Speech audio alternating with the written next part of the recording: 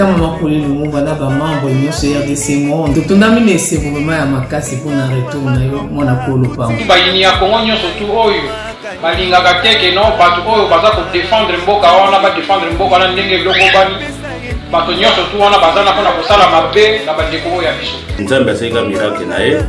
elezere azongi ndenge fale moto azonga donc tozosouhaite bon retour mpona ye liboso ezalaka koyebisa nzambe merci abimi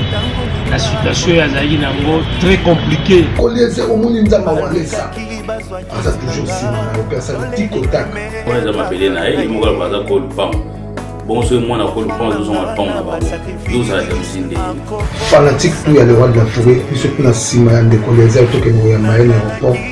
en tout cas bon retour na Congo yo mwana kolo lupango na kati ya mboka na yo eza esenga kosakana te dimanche na 17h kobosana te bana Congo bakinois surtout bakinois bamama ya ndunda na lobi moto atelemelaka makambo na bino moto asutenaka bino ye wana